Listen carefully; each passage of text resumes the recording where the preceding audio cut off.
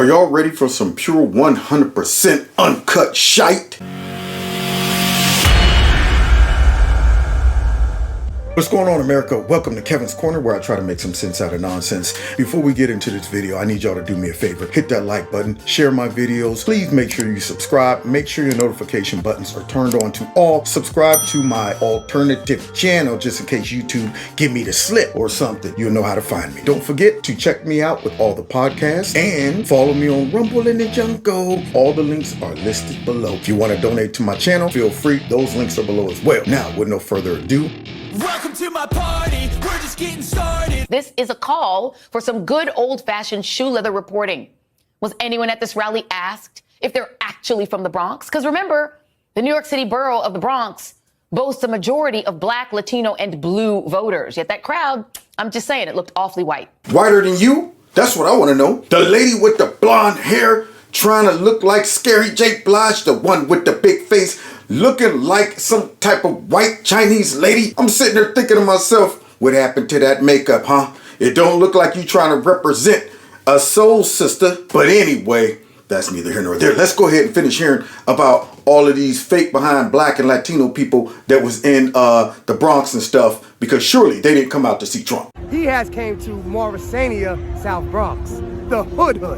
So I respect that. He looks black. Oh, all those people look black too. Latino. We need Trump here. Maybe it's that's why I'm voting for him.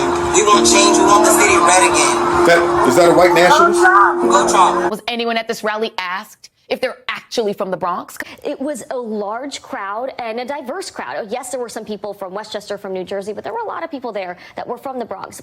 I'm just saying, it looked awfully white. Whiter than you? Once again, all of that powder on your face, stank on it. Look like somebody smashed your face into a whole bunch of cookie dough.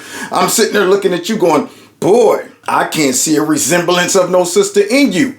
But hey, I'm not here to judge, because see, I don't dibble and dabble in identity politics like MSNBC.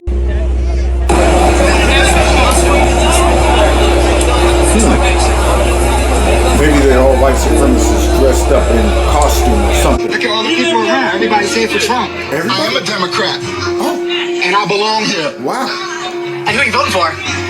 Donald J. Trump. You ain't black. The strategy is to convince America that Black and brown folks are the Americans who are really, really into Trump. Now, you know, that's kind of ironic, because it appears that the strategy is to use a Black person on a network owned by white liberals to convince everybody that Black people aren't supportive of Trump. I'm just saying. Now, I'm sure she's probably looking at any Black people that supports Trump as a sellout. But I'm thinking the real sellout is somebody who uses makeup to make her skin look whiter. She rocks blonde hair, and she works for a white liberal network who gives her talking points to come out and try to discourage Black people from leaving the Democrat plantation by calling them things like, you know, Uncle Tom, sellout. Yeah, I might not come straight out and say it, but you're going to hear it insinuated as this goes on. Oh, Donald Trump. Look at that. The Bronx. I'm sure they all bust in. Trump gonna shout the wins for all of us. Are those two Black rappers right there? I don't understand. Make America great again. Oh!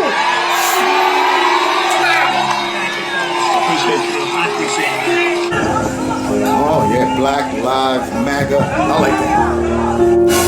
Oh, I wonder.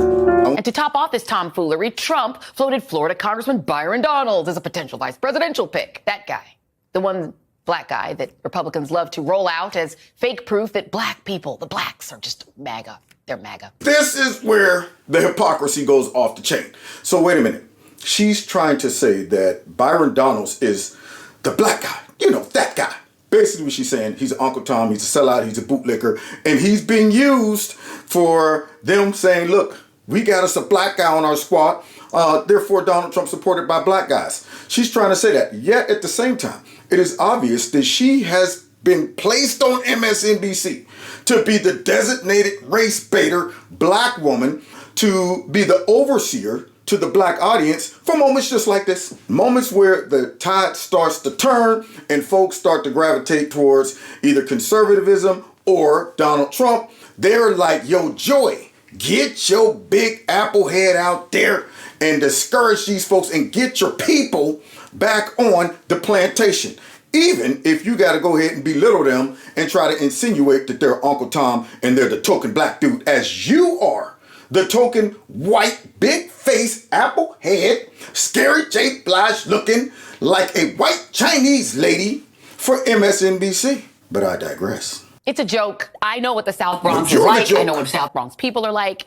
That ain't it, what they were trying to show. They're trying to use this location and this little crowd, which they inflated, to try to make it look like it's black and brown people that are Donald Trump's base. Does it irritate you as much as it does me? No. You want to know what irritates me, Joyless? What irritates me is that you, for some reason, make it your mission to poop on the party. You know what she is. She's a party pooper. Boom, boom. Party pooper. Boom, boom. She's pooping on the party. If there's a party in the house, Joy will poop on it. So she's trying to poop on the party. But what's crazy is she's talking about the crowd size. Now, why doesn't Joyless Reid ever look at the crowd size of Creepy, Sleepy, Sleazy, Slimy, Sloppy Joe? That's because there is no crowd size. But they want to keep track of Donald Trump's crowd size. Now, the way I see it, he shouldn't have had no crowd, according to her. It's the Bronx. I already know how the Bronx get down. I mean, shoot, they should have asked people, are you really from the Bronx? It shouldn't have been nobody there. But yet, he was over his 3,500 and some. Now, granted, the crowd size estimation varies, but I guarantee you, he got what he came to get. First, the 3,500, and we hear numbers like 25,000 to 30,000. I don't know. But I sure enough know it was way more than Creepy. Even if Creepy came to the Bronx, you think he would pull 3,500? Probably more like 35 people. And they would all be press members. Now let's move on. I hate to have to expose Scary J. Anybody black, like Byron Donalds, who, by the way, is from Brooklyn. He's from East Flatbush, Brooklyn, like me. His family is Caribbean American, like mine. He knows better than this. I grew up around the time of the Central Park Five. I know what Donald Trump is. That's why I never even watched The Apprentice. Anybody black that knows anything about Donald Trump thinks the way I do about him. Anybody black that knows anything about Donald Trump thinks the way I do about him. Now look at that gatekeeper right there. Look at that 100% sellout on MSNBC. Soon as Donald Trump had this rally, they were like, Operation Joy Reid. We can't have the blacks and the Latinos thinking that it's okay to like Donald Trump. So since we can't come out and start insinuating that people like Byron Donalds is a sellout, since we can't come out and start saying that, you know, black folks should never support him and all black folks think like we do, we can't do that because we're the white liberals that own the network. So we hire people like Joy Reid to come in and do just that. So what she is the overseer that used to be back on the plantation, to where as soon as those blacks start saying, I think we can get free. If we just make it up north, we might get to freedom. And she would be like, you's crazy. You know what? You leave here, Massa treat us real good.